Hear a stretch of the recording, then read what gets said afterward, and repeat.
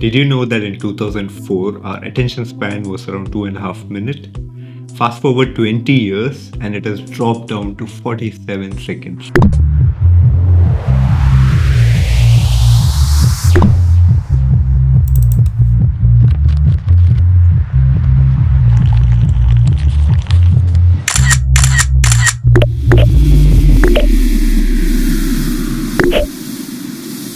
Why?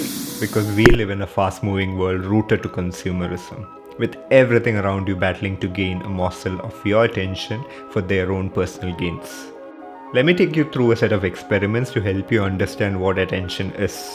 Whenever you see an X pop up, understand that it will be followed by an orange ball. You'll need to look at it and follow it as it moves.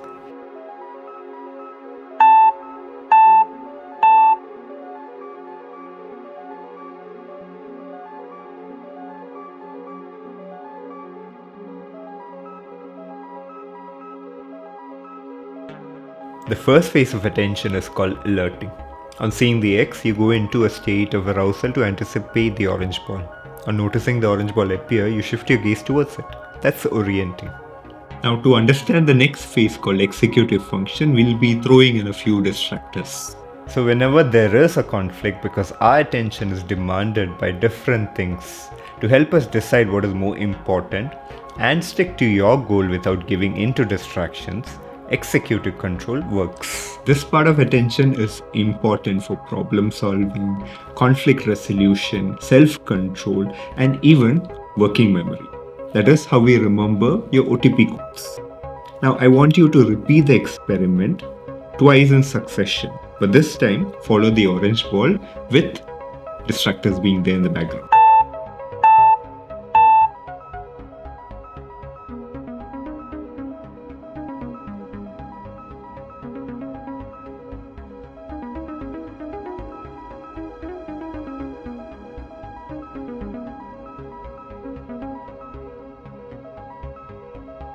Now, if during this experiment I were to track your eye movement, its reaction time, and how many times you look at distractors, either from screen or tracking glasses, we now have a way to measure how attentive you are. If you're still here watching this, that means you have an attention span as good as people back in 2004. Pat yourself on the back because that is much better than a lot of people out there. Let's go ahead and try to understand why our attention span has been dwindling and what social media has to do with it. Let me just walk you through some basic concepts before we go ahead. When we say top-down attention, it's how we voluntarily direct our attention to something. This is what happens when you're driving down a new place and shift from your regular auto mode driving to try to find that store around the corner. That is our brain telling us to be attentive. Hence, top-down. Bottom-up attention, on the other hand, comes involuntarily. This is where, while driving, instead of being zoned out in our own dreams, we shift our attention almost immediately when someone ahead pulls the brake suddenly.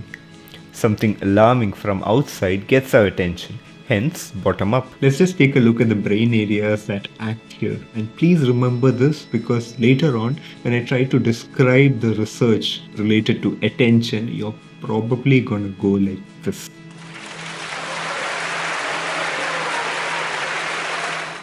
Parts of brain in front, like prefrontal cortex, are where top-down effect is seen, while areas more to the side, like temporoparietal cortex, are for bottom-up process.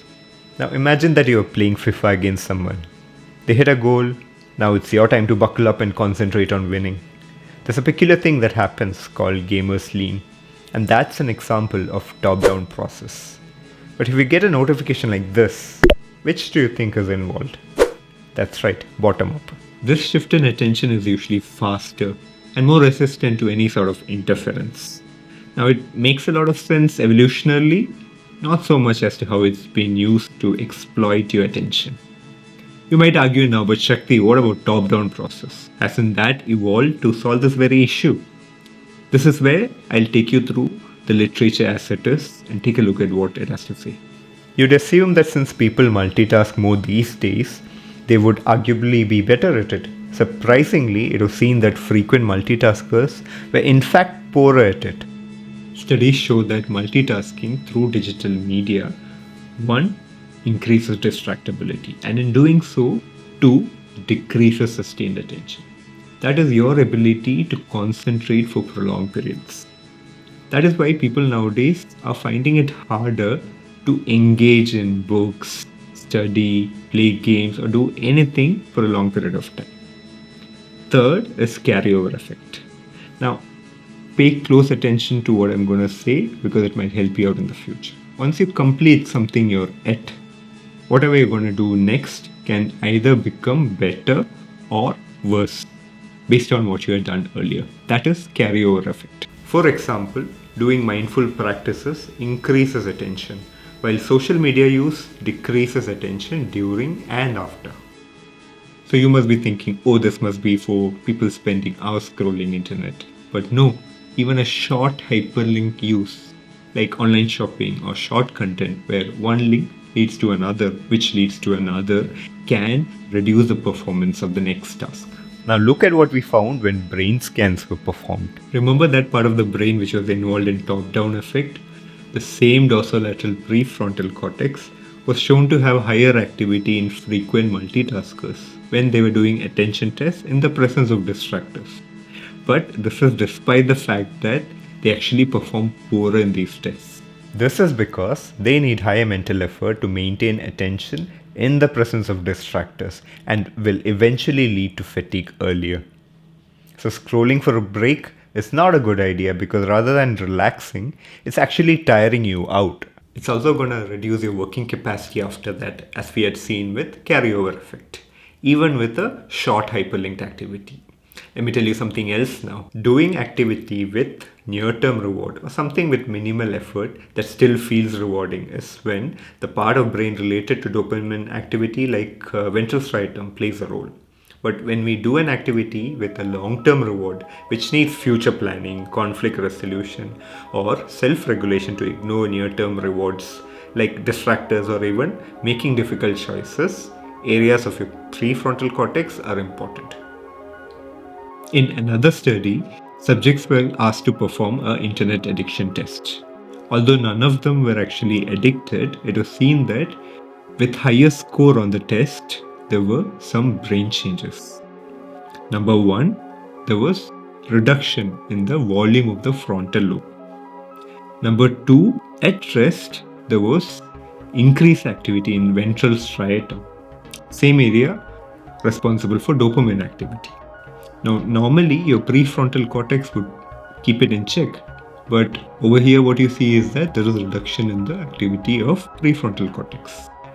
Number 3 is that between these two areas, that is the dopamine area and your prefrontal cortex, the connection between them is altered.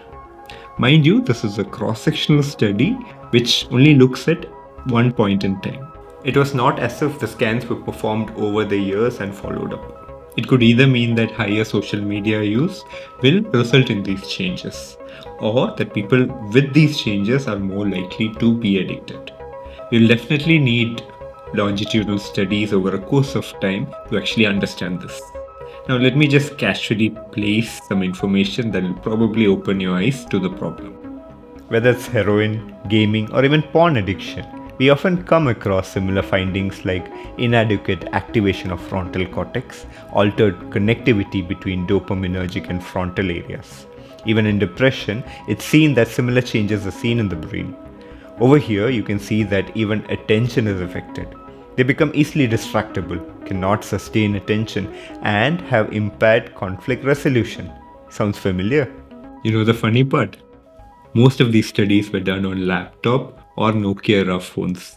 Imagine the effect of smartphone revolution, and most alarmingly of that of short content. Now they are brief, informative, uncorrelated, and are tailored to your personal needs based on algorithms. They do not take much mental effort to use them. Immediately gives you pleasure, and because of that, they are easy to get addicted. If it is purportedly reducing volume of areas for self-control, it gets easy to be trapped in them for hours, passively scrolling. What's called the zombie scroll.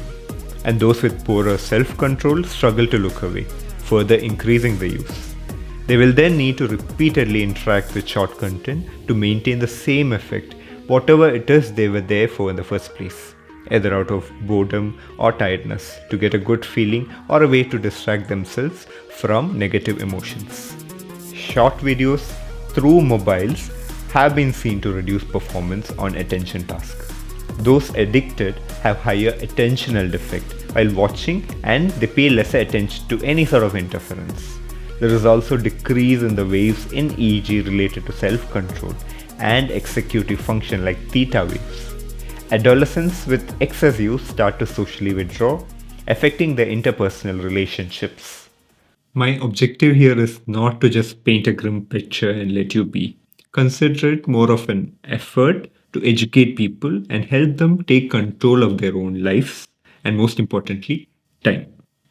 Consider this coming from somebody who has not been active on social media for the past 2 years. Studies have shown that you can, in fact, reverse this carryover effect. If you spend more time on anything that has to do with increased sustained attention, like reading books, meditating, practicing mindfulness, what happens is there is decrease in distractibility and increase in sustained attention. Turn off all notification in apps, mute WhatsApp groups. We do not need any bottom-up attentional shifts. Unless there's something of dire importance, you decide where your attention goes. If possible, delete all social media apps. Don't let it be easily accessible to you. Use it at a fixed time in a day for a fixed duration. Install it and then uninstall it so that it won't be easily accessible. If social media is important for you, then try to be an active user rather than a passive one. But please keep in mind the previous point we had talked. Now, I know this sounds counterintuitive, but please bear with me. If you want to use social media for a fixed time in a day, use it actively by posting, commenting, writing about your experiences, chatting, and not simply passively scrolling. Importantly, try to pause after each video, contemplate about it, ask your opinion as to why you like it or dislike it. This will keep your prefrontal cortex in the loop. And while you're on a break from study or work, do not multitask through hyperlinking activity, because remember, it fatigues you. And the carryover effect will also make sure that whatever you're going to resume doing, its performance will be reduced. For those of you trying to cut down on porn or struggling with addiction, delete all social media apps because they become a gateway for starting to watch porn. Men especially use social media for sexual gratification. And whatever you see there becomes a cue for relapse. Remember how we were talking about earlier, how even in porn addiction, similar findings have been seen where your attention gets affected.